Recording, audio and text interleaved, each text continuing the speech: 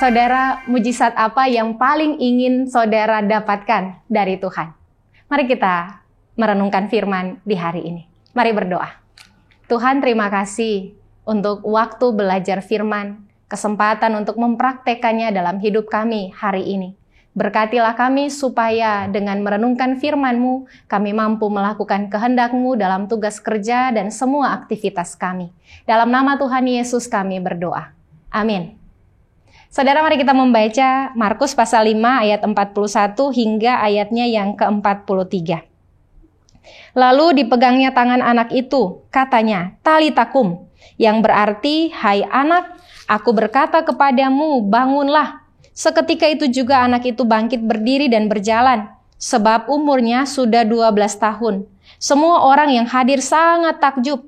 Dengan sangat ia berpesan kepada mereka, supaya jangan seorang pun mengetahui hal itu. Lalu ia menyuruh mereka memberi anak itu makan. Saudara, Yairus ingin anaknya sembuh, tapi Tuhan mengizinkan anaknya mati. Mari perhatikan dua situasi yang bertentangan ini.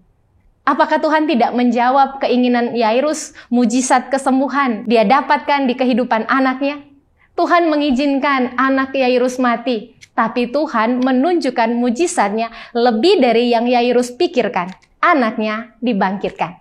Dari kisah ini, saudara, kita belajar bahwa ada banyak hal yang mungkin kita butuhkan, mujizat yang kita ingin Tuhan kerjakan di hidup kita. Seringkali kita tidak melihatnya dengan mata telanjang kita, bukan karena Allah tidak bekerja, tetapi karena Tuhan bekerja melampaui apa yang dapat kita pikirkan. Sekali lagi, Yairus menginginkan mujizat anaknya sembuh, tapi Tuhan mengizinkan anaknya mati. Bukan karena Allah tidak memprioritaskan apa yang dibutuhkan oleh Yairus, tetapi karena Allah bekerja melampaui dari apa yang Yairus pikirkan. Anaknya yang mati, Tuhan bangkitkan.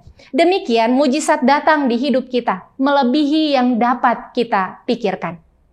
Sebab itu jika kita sedang berdoa, kita sedang menanti jawaban Tuhan atas doa-doa kita, di tengah gumul atau keadaan apapun yang sedang kita pikul, maka jangan pernah berpikir bahwa Allah tidak memperhatikan kita, bahwa kita bukan prioritasnya Tuhan. Tidak, saudara. Setiap kita dikasihi Allah dengan kasih yang kekal. Semua kita muat di hati Tuhan, sebab Tuhan mengasihi orang-orang yang mengasihi Dia.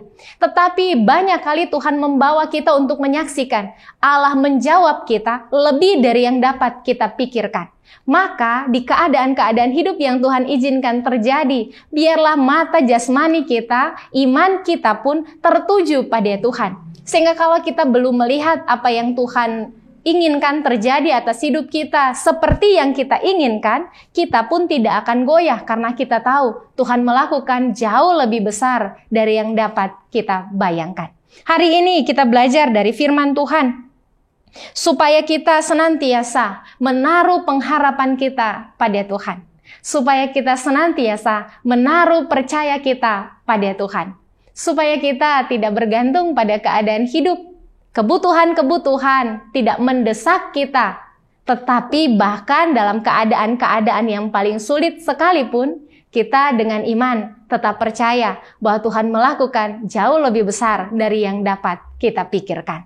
Karena kenapa? Karena Tuhan tidak pernah berbuat curang. Dia bahkan tidak pernah ingkar atas janji-janjinya. Dia setia dan Dia pasti menolong orang-orang yang menantikan pertolongannya. Tuhan memberkati kita. Mari berdoa. Terima kasih Tuhan Yesus untuk firman-Mu, bahwa kami untuk teguh berpegang pada-Mu, sebab kami tahu Tuhan melakukan jauh lebih besar dari yang dapat kami pikirkan. Amin. Apa yang kau alami kini mungkin tak dapat engkau mengerti.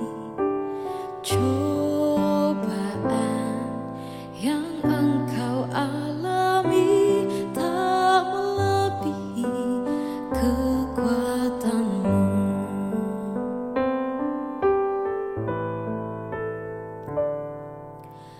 Tuhanmu tak akan memberi ular beracun pada yang minta roti.